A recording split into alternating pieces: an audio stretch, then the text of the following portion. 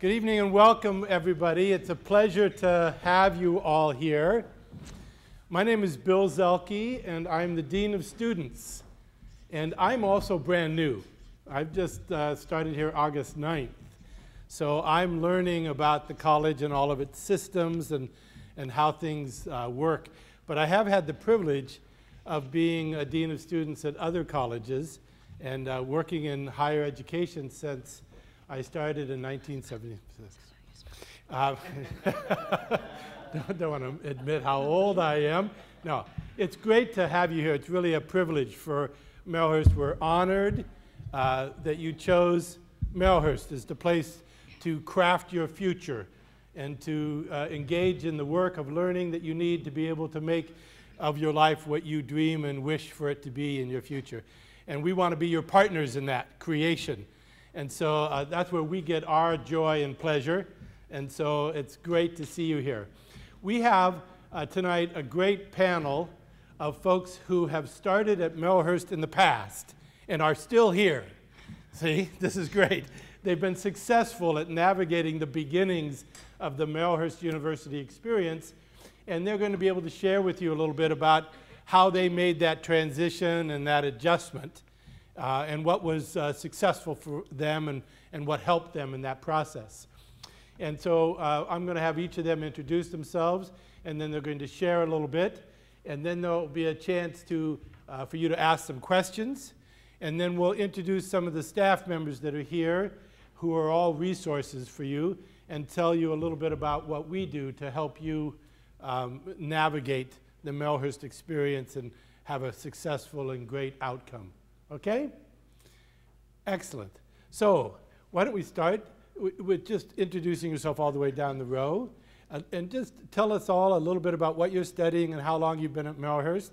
And of course, Wade, you can say how long you've been supporting Elizabeth at Marylhurst, okay? And then we'll start back. We'll start with Lynette. We'll do the introductions, and we'll go back to Lynette, and you can start telling a little story, okay? Okay. Great. So I'm Lynette Isaac, and I'm an interdisciplinary studies major. I was here a year and a half before I learned to say interdisciplinary. My concentrations are human studies and communications, and I started in 2007 as a part-time student. Thank you. My name is Wade Johnson. I am Elizabeth's husband and have been supporting her at her time here at Marylhurst for the last 3 years. I'm Elizabeth Johnson, and yeah, I've been here 3 years. I'm an English Lit major, although I've been 2 other majors previously, so I know what it's like to change, and I have loved it here, and I'll graduate in June, so. And I am Braden Dillenbeck. I am just starting my 2nd year here at Marylhurst. I am also an English Lit major, but I too have had other majors. When I first came here, I was in the art department as a photography major, and then changed pretty quickly. But yes, I'm in my 2nd year as an English major, and I also do a lot of creative writing in that department as well. Great. Well, thank you very much. And Lynette, you want to start us off? Sure. So Bill asked me to talk about the transitions that took place when I first became a student here. I have a big family. I have 5 children, and 2 of them are still in high school. They're finishing their senior year this year. So we're talking about really big transitions, especially in the laundry room area. The first area that the transitions need to take place was financial for us. I could no longer shop at Costco and drop $500. I stopped having my hair cut. I determined that I would just let my hair grow because I was going to save hundreds of dollars a year by not having my hair cut. I stopped going to Starbucks, except for on my birthday when they send me a free card. I started packing lunches and bringing my own tea bags to weekend classes here. So just really practical stuff about being aware that the money needed to go to another cause, and that I was wanted to be participatory in what my husband was calling the financial dilemma. Oh, I also vowed 2 years ago not to buy any clothes until I graduated. So I'm really looking forward to June. But I discovered that I was never naked anywhere I went. I had plenty of clothes. I immediately called a family meeting in the first term that I was at Marylhurst because nothing was getting done in the house that was done before. I had to assign chores that I usually picked up myself to other family members. And teenagers needed to learn to cook. Granted, those evenings were not good food, but at least I didn't have to do it, and I could work on assignments instead. My husband's support was really pretty phenomenal. Again, it took him a couple of terms to figure out that things were not going to happen in the way that he was expecting them to. When we run out of milk, it immediately is on my radar, and I pick it up. And all of a sudden, there wasn't any milk ever in my kitchen because I don't use milk. So other people had to pick up those things. He started chauffeuring the kids to their jobs and to school, and I made him aware that I just wasn't going to be able to do it, and he would figure out a way to do it. It was kind of amazing. I should have started 10 years ago. He began buying all the groceries. I haven't gone into a store for a long, long time. I just trusted him to bring the wrong brand if that's what he needed to do. And sometimes he'd bring home really strange things, and we just worked with it. He also picked up all the extra errands, paperwork and library books and movie returns and all those kinds of things. I just dropped the ball on all of them and stood firmly because I was not going to get good grades, and I was not going to get out of Marylhurst what I wanted to if I kept doing the same jobs that I was doing before. So they adjusted.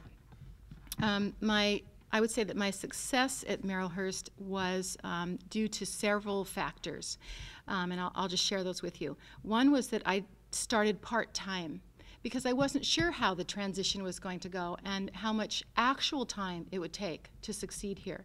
And I was a little bit afraid of that. So in facing my fears, I thought, okay, rather than terrify myself immediately, I'll take 6 credits instead of 12. I figured out in my second year to apply for financial aid. So at that point, I was full-time, and it was more necessary. And I also qualified for more things because I was going to be taking 12 credits.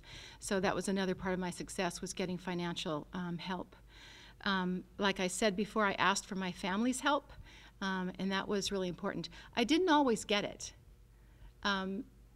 but for me to step in and do what I'd always done was not going to work for me, and I was going to stay angry. So to keep from being angry, I would go to my place of study and close the door and put a sign on the door that said, unavailable, or if I'd flip it over and say, if you really need me, you may come in. I set up study areas in my home and study times. So my schedule before Marylhurst was that I would stay up later with my family, 10 or 11, and get up about the time someone needed to go to school, 8 or 9 o'clock.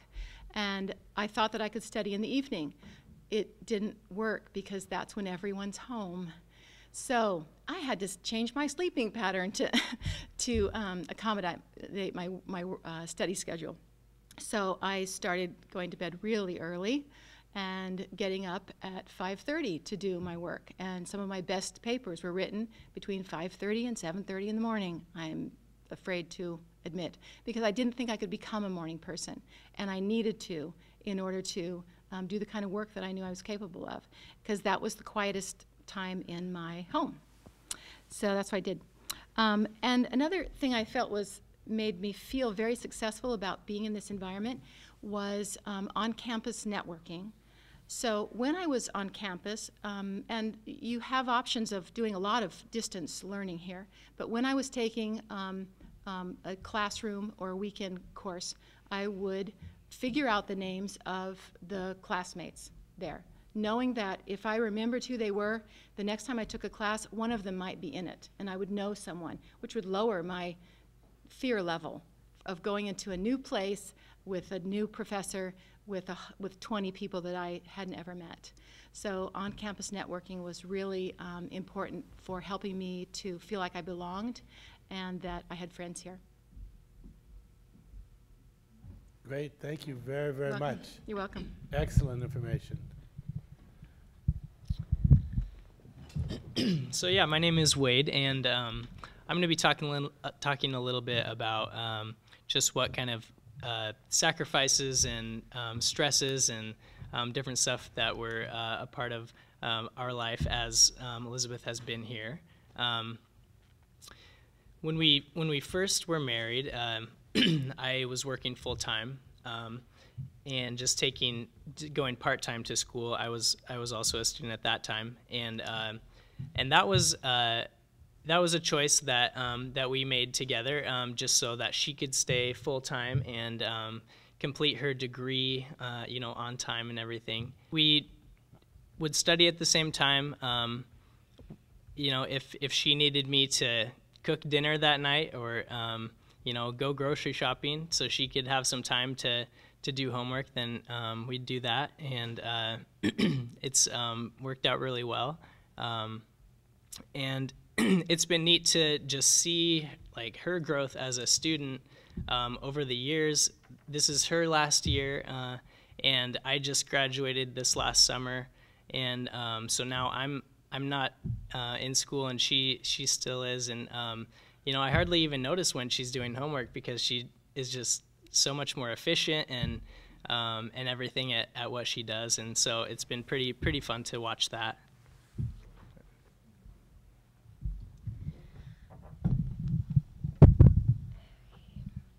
So,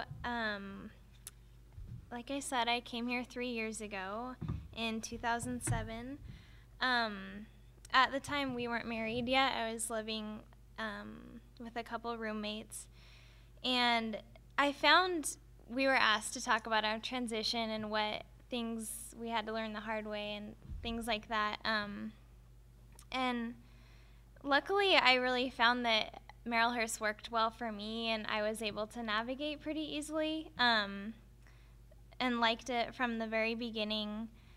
So there's a couple things my freshman year I did that I haven't done again, such as scheduling 3 classes on the same day, so you're here from 9 to 6. That's too much for me, at least. And I can't remember if I dropped the last class or if I stuck with it. I think I probably dropped it after a couple weeks, but I thought I could do the 9 hours of class, but it doesn't work that well. Also, I just had to learn what worked for me. I had a 9 o'clock class, and during that year, it just didn't work that well for me. I have a 9 o'clock class this year, and I've been making it to it on time every time. So you just have to learn what your schedule is and really what works well for your family and for your different work schedule. When you wake up well and when you need to be sleeping, that's one thing I learned. So yeah, like Lynette said, I really didn't know anyone. I was coming here at a time when my friends were at huge state schools, living on campus. They were networking there and had roommates and everything, and it's just a different environment here because we don't have on-campus living. So you have to meet people and network in other ways if that's something that you're interested in, and I have found that it's been really helpful to find people I know, and especially in your major, you'll probably get to know people. So it's just, that's been really fun to see people again in classes. Like I've been in a couple classes with both Braden and Lynette.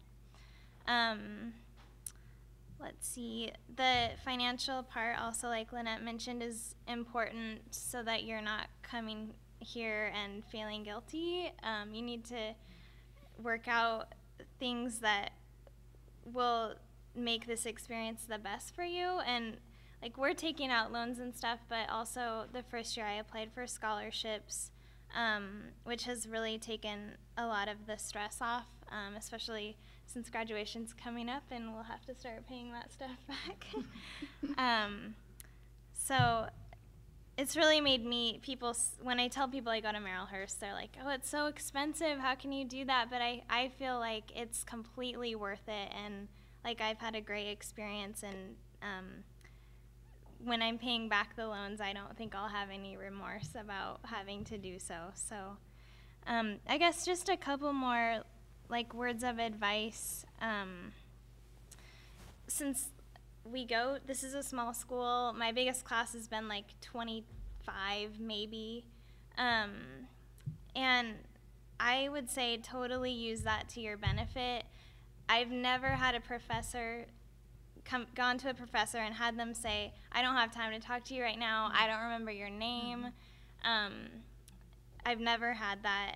And the one thing about having a small class is you have to tell your professor when you're gonna miss, but it actually works out to your advantage because you want to be there so that you don't have to say, hey, I'm missing. But everyone here is so nice, and I have made numerous appointments with the advisors I've had. I was in the art program and then interdisciplinary before I switched fully to English Lit. So I've had 3 different advisors. All 3 of them have been fantastic, totally willing to help, and I probably asked stupid questions, but they never told me they were stupid or never acted like they were stupid. So just use your resources here, and people want to help, and students want to help, so yeah. Great. Thank you very much. Hi, again, my name is Braden Dellenbeck, and I'm an English major. And I started here at Marylhurst straight out of high school. I had taken courses at a community college before, but this was really my first college experience. And overall, I can say I've had an amazing experience here with Marylhurst. I wouldn't choose to transfer out of here for any reason, really. One of the things that I was really struck by when I first came here was how small it is, the small class size, like Elizabeth mentioned, but also how supportive and caring the instructors and faculty are. In the English department, I've gotten to know the chair and the other faculty very well. They almost feel a little bit like family. I have classes with them every term. I've gotten to know them over a long time. Meg Rowland, the chair, she's like my Marylhurst mother. But so that's probably what has been the most helpful thing for me, is just knowing how supportive everyone is here. There are so many resources. If you need help on a paper, there's the writing center, the math center, in the library. There are advisors you can speak with. It's all very, very supportive. Everyone's here to help, and so that's a good thing. And as far as my transition out of high school, I think it went very, very smoothly for the most part. But as we've touched on a little bit before, Marylhurst is a lot of work.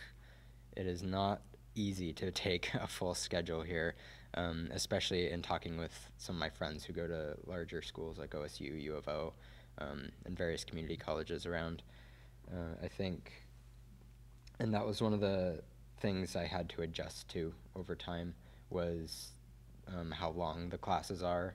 Classes are all 3 hours long. I was not used to sitting in class for that long.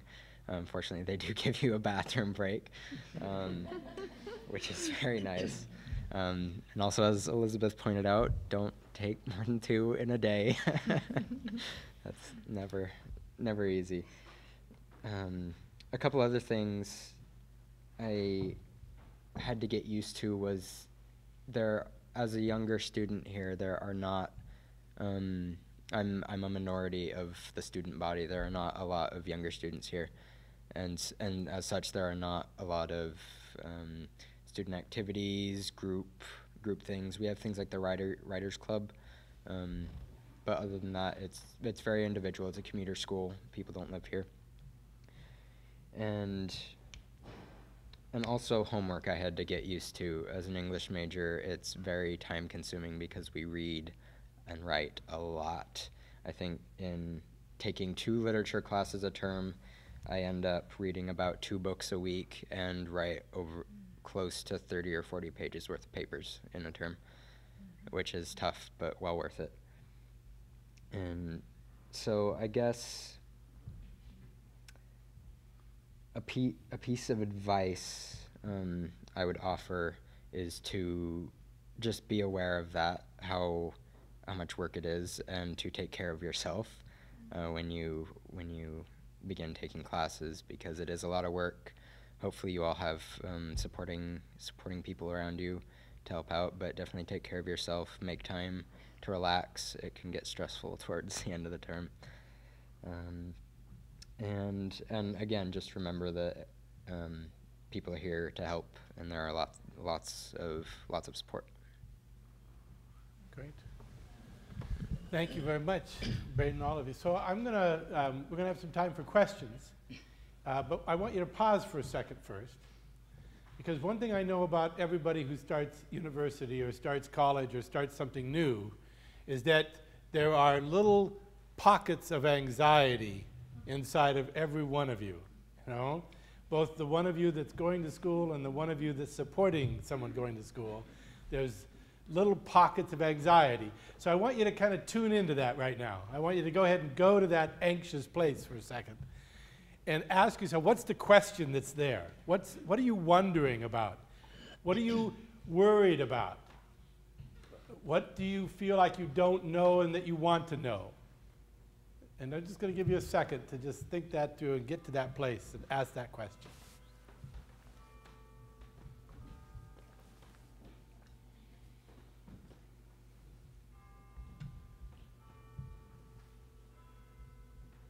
Okay, so part of our goal tonight is to answer some of those anxiety questions. And one of the things you need to know is that there aren't any foolish questions. Going to the university is like a cross-cultural experience. It's a different world. We have our own language, our own systems, our own processes, and so it's like living in a different world. And so the things that you think might not be foolish are not at all, because it's a very different world. So any questions anybody wants to have the panelists address or for us to answer for you?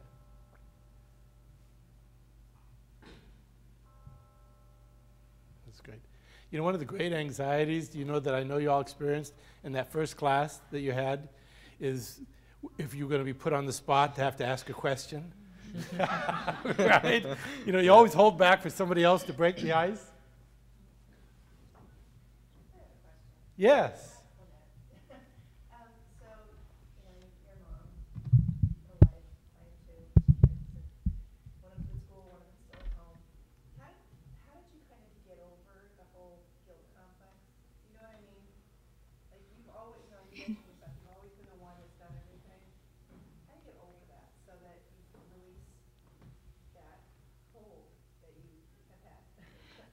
Lynette, before you answer that, Yeah. We're going to put this on the YouTube for our online folks, and so in order for us to do that effectively, I'm going to repeat your question so that it's recorded. Okay. All right? And so, Lynette, the question for you here is for an adult student or a parent who has kids at home and who's always taking care of business at home, letting go of that can cause a lot of guilt and a lot of anxiety, backwash, that kind of stuff. How did you deal with that, and what kind of recommendations you have to kind of process that stuff? My youngest was 14 when I started back to school, and I had 3 out of the house. And I really felt like it was time for me.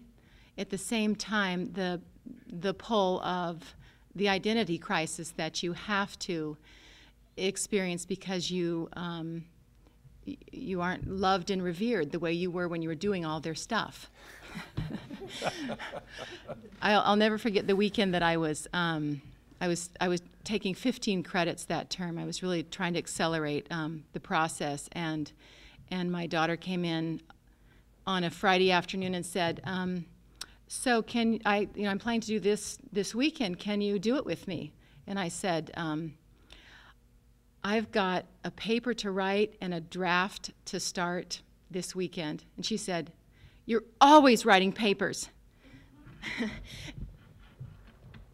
And she stomped out. I determined that I would make sure that at least once a week I had a date time with her, because she really didn't need me buttering her bagel. She really didn't need me folding her clothes. She just wanted the mother relationship she thought she was going to lose. So I prioritized that 2 to 3 hours with her a week, and it made all the difference. And so she knows that I'm going to be writing a paper every weekend, and in her mind, I am writing a paper every weekend, even though that isn't true.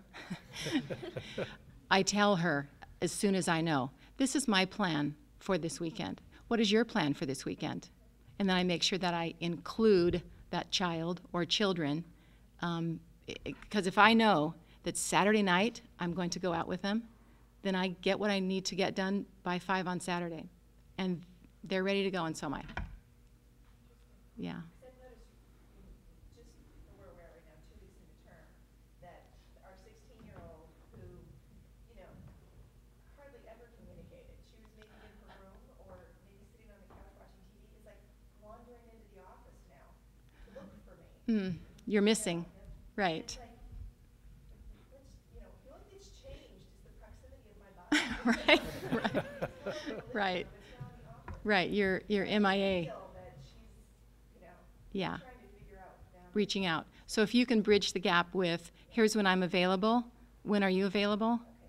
That helps, that should help a lot. Wonderful, great. Someone else? Yes. Well, no one on the panel seems to be like this, but like if someone's living alone and here at Marylhurst they have to do everything on their own, like I don't have any family here, they're on the other coast. I tend to work better when I study with groups. And Marylhurst tends to be, everybody's really just, they go home and they're off doing something. So how do you, if you want to rephrase it, how do you work that in or connect in and find people to like really study with? I really do better when I'm... Okay, excellent question. So by your very nature, you find yourself most productive when you're working in groups of people and you have a little learning community that you've developed, and you're not going to have that naturally at home. So how would you create one here? How have you built communities of learners where you might meet, and what have you done to kind of work with other people to help yourself? I'll talk for a second. Well, people here, students here, they do, it is a commuter campus, so they don't tend to stick around outside of class a lot. But one of the great things about the classes is that they are small and they are close-knit. You get to know the students very well, and so you will make friends easily and learn to get along with other people. And personally, I have, even though it is a commuter campus, I have not had problems finding student groups to study with, especially in my creative writing classes. We've gotten together, exchanged emails, and formed an actual writing group outside of the school that we meet, or that we can get together and work. And oftentimes students they do get together outside of class. They usually meet here or they meet somewhere else. There aren't too many organized like student study group type things, but I've never had problems finding people to study with. Elizabeth, you wanted to say something? Well, basically just what Braden said, but yeah, since there's not an organized and are you interdisciplinary? I don't have my glasses on, so I can't see your tech. So with yours, I don't know if you have 2 or 3 concentrations too. I would say within one of those or both of those, you'll probably start to see people a lot on campus, or just like next term you'll probably have the same classes with a couple of the people. And I would just start telling your story and tell that my family doesn't live near here. You know, I don't necessarily have a base of support, and people have told me that, and people are pretty open. You can tell the people that will be open, I guess. And I mean, I've never said like, you know, oh, I don't care. You know, I've never seen anyone do that. So I would just really, if you are open and honest, I think that people will be receptive of that. And yeah, I've gotten together with people outside of class, and I took a dream class in the summer, and then we were like, we should start a dream group together. So yeah, I think you'll find it. The longer you're here and the more people you meet, I think that you'll be able to find that. Even though it's not organized, maybe you can make it for yourself. So one of the keys to that is that at a school that's residential or with people around, you can just kind of hang out and those things happen. As an adult learning community, this has to happen intentionally. So you have to choose it and you have to ask for it and make it known. So there's a couple concrete ways that you can do that. One is that any one of your faculty members would be very happy to have you go to them and say, I'd really like to ask if there's anybody in this class who would like to form a study group. Can you give me 5 minutes at the end of class to make that a conversation? You know, and any teacher would say, sure, that'd be great. You know, at the end of class, we're going to have 5 minutes. Anybody's interested, we'll talk about how you can form study groups with each other and begin to support each other in your learning. And then the library has some great study rooms. The library also has many of you will be doing presentations and group presentations as part of your time here at Marylhurst. And the library has a great presentation practice room with all of the technology that every classroom has, so you can practice your presentation with a group of your peers when you're doing some group study work. So wonderful question and great comments. That's really great. Something else? Yes? I guess an area for me that produces a great deal of anxiety is knowing how well prepared Marylhurst will make me for when I graduate. And so I guess my question would be, what steps have you taken to get yourself ready for whatever else is going to happen afterwards? Whether it be internships or like what steps can Marylhurst, working Marylhurst give the student outside of just their classes that are going to prepare you for what's next? So wonderful question. So people come to Marylhurst because they're trying to create something for what's next. So what do you do to kind of set that up and get yourself prepared and align up for what happens after the degree? Okay? Someone want to comment on that?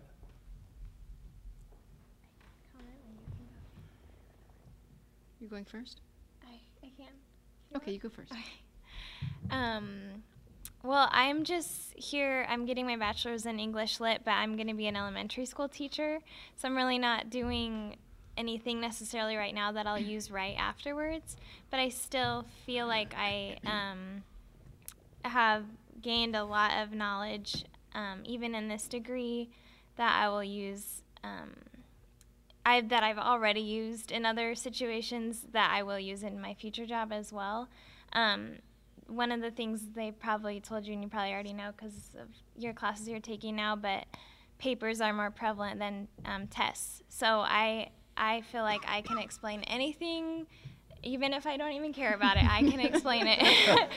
So, and usually I care about it, but it's just second nature now, and that is something my writing has gotten way better. Even if you're not a writing major, your writing will get so much better because you write in all the concentrations.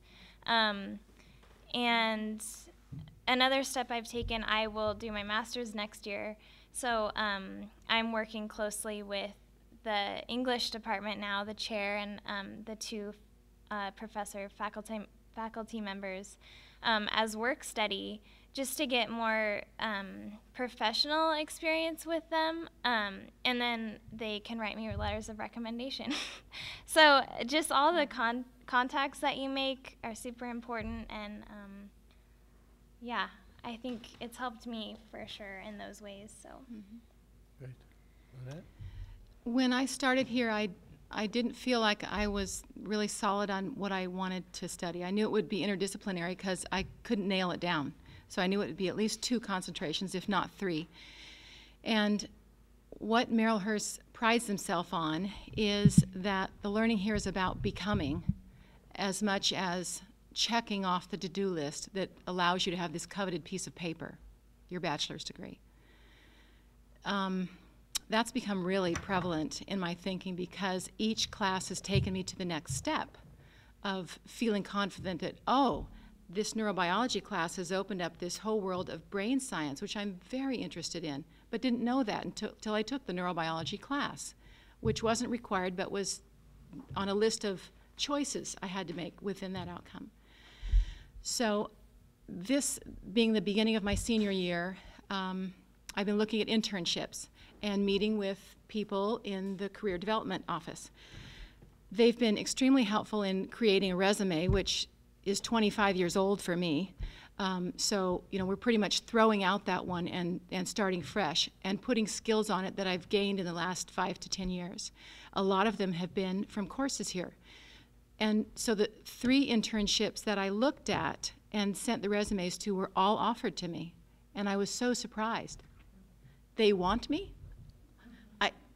I don't have any job experience. I have no skills. Oh, I do have things to offer that I was really unaware of because my growth here has been so transitional to becoming what I wanted to become without just focusing on that checklist. Oh, math outcome, science outcome, you know, communications outcome, whatever.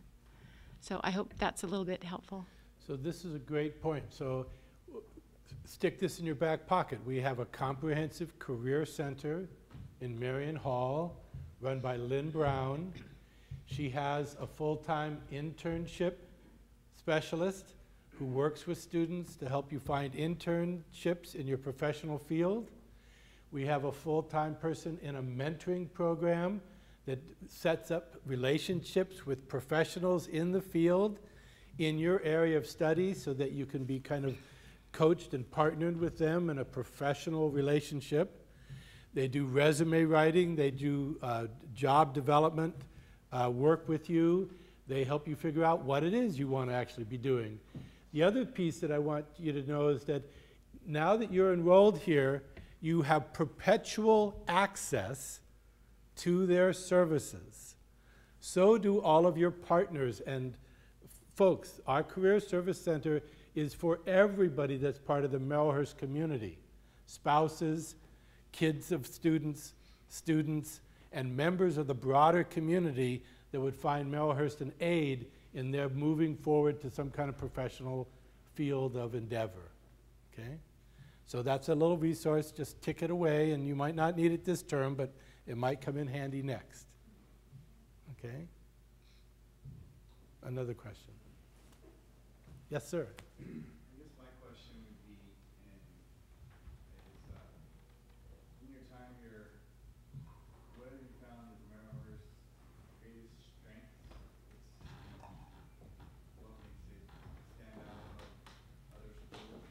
And where, I don't know how a better way to word this, do you feel it failed you or could have done better? Okay, great question. So what would you say is the #1 strength that Marylhurst has brought to you, helped you with? And what's the thing that really doesn't work, that hasn't helped, or that's gotten in the way, made life difficult?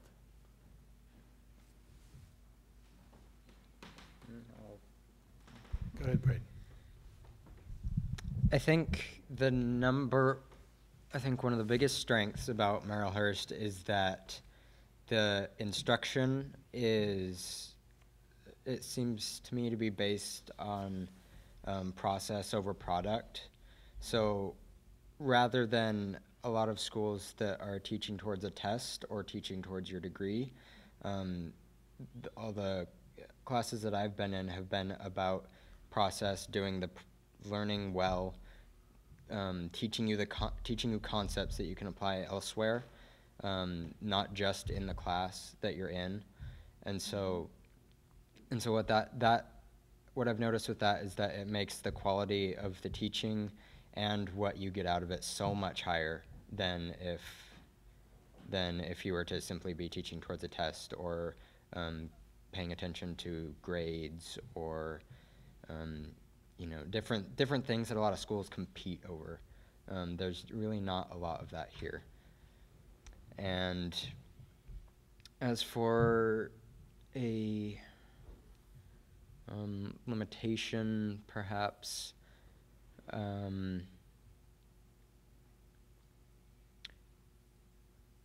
think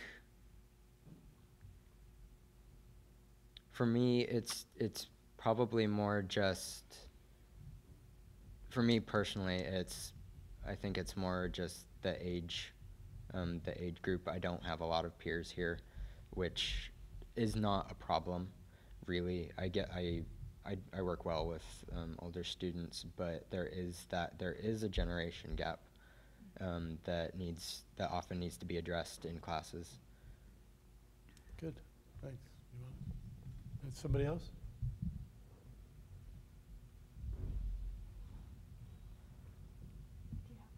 Yeah.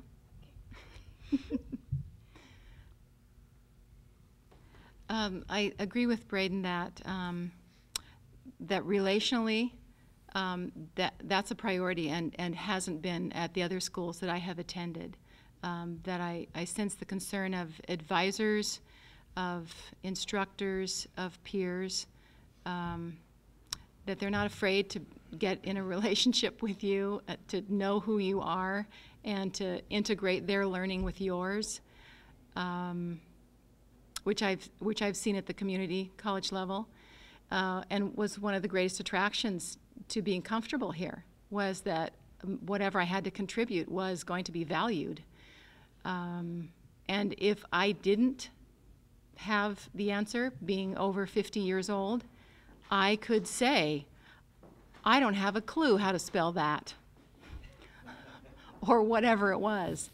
And I could expose my ignorance without fear because nobody else knew how either. Or because I wasn't treated like I was stupid because I'm over 50 and I should know that. So it made it really comfortable for me here. It really lowered my fear level with each class I took. It was very important. To think about a drawback, I would have to say that would be in the first couple terms here where you don't have the answers to simple questions. Like, where are the classrooms posted when you show up for a class? What board do you go to? Where is the, when do the free cookies end?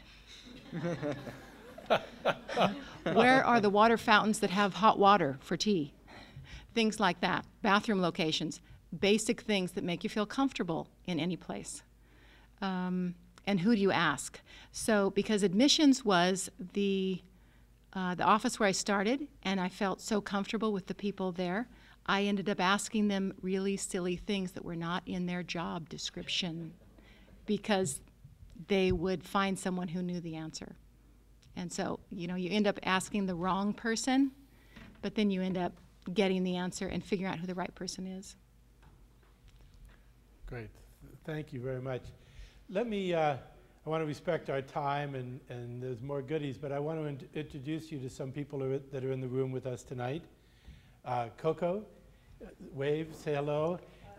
Coco is one of our advisors and a wealth of information, and she can answer any question that you have. And she may need to make you pause while she runs to somebody else that she knows has the answer, but she can get the answer for you, and she's a great resource for you. Okay? And sitting next to her is Gretchen. All right, wave your hand. Gretchen is the head of our admissions department. Maybe many of you have met her in your process of navigating your way into this institution. She and her team are experts at helping you settle into this institution and all the, kind of the mundane and the glorious things about being at Marylhurst. Gretchen and her team can help you. And they're in the building that's just right in this direction. It's, what's the name of that building? Aquinas, right. It's a beautiful building. Then Gwen here, wave your head. She's the registrar. That's the chief official of the college that's going to tell you you've got your degree, right?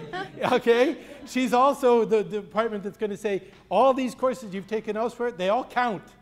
So she does all this good stuff around the systems. Now, sometimes the system of a university can get in your way, but it's the people like Gwen who works the system that makes it actually work for you day in and day out, sometimes behind the scenes. But she has a great team. They're in the second floor of BP John at the end, right beyond the main lobby there. And she has a great team that can help you with any of the nuts and bolts about your grades and your transcripts and all that kind of stuff that is part of making a college work for you. A great resource. Over here, sitting over the back in the black, is Beth. Beth is our academic, the vice president for enrollment management, and she has an office right off the main lobby of BP John. And one of the job duties of all of our vice presidents and deans is to be available to you to answer any question and to point you in the right direction, right? Most of the time, we're going to be sitting in our offices busily trying to make systems work and be a part of all sorts of that kind of stuff. But we're always around, and we're always very happy to actually have a chance to talk to a real student and help a real student solve a real puzzle, okay? So Beth is a great asset for that as well. And as I said before, I'm the dean of students. And so I'm in charge of all disciplines. So if you do anything wrong, I'm the one that will expel you from the college. No, not really. Although that is part of my job description, but I don't get to do that very often. Really, I like to say is that my job is to make the mountains flat and the valleys full, and to help you make the process smooth as it can possibly be. I promise you something. There's not a one of you in this room who have started this journey with all of the resources and the plans and the good ideas that you have, who aren't going to have the plan collapse occasionally, the system break down occasionally, things not work occasionally, okay? That is just part of the game. It's part of the process. And when that happens, the thing that makes Marylhurst magical is that everybody on the staff is designed and created and in place to help you fix that and move forward with it. What we can't fix is people that have things break and go wrong who disappear, right? Or who try to pretend it never happened and just keep going. Don't do that, okay? Don't do that. If anything breaks, if anything doesn't work, if you bump into any system that we have that crunches you rather than helps you, call on us. And we will figure out a way for you to navigate it or coach you as to what you need to do to make it work right. That's what we get our joy and pleasure out of, and that's the relationship part that we want. The second thing that I'm going to say, the last thing I'm going to say, is your success. And I think that Lynette and Wade and Elizabeth and Braden, thank you so much for coming, because one of the things you testified to that I want everybody to know is that you want to build a tight relationship with your faculty. You want to get to know those professionals in your field that you're interested in and build a relationship with them. They're the folks that are going to be right next to you through this whole journey and help you experience what it means to be successful and to have an animated, dynamic future that unfolds as you become that which you want to become. So please, that's what you've said so well, and what I want you to really claim. We have such a magnificent staff of faculty that are professionals in their field and whose sole commitment is that they can be in alliance with you about creating your future and launching you into what you want to do. Take advantage of it.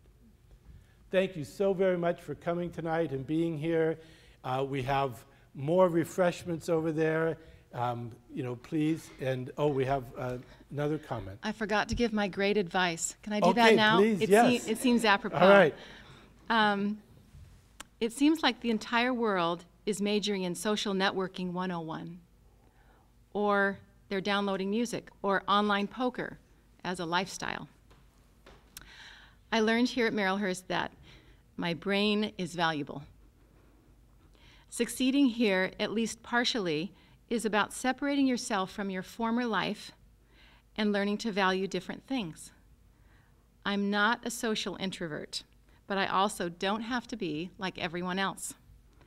I can discover what's important to me, and the time that you've set aside to be here and all the sacrifices that go along with that are all about it. If you want to get everything out of this experience that you can, then put everything you are into it. You'll end up becoming all that you wanted to be when you grow up. Thank you very much. Welcome. Thank you very much.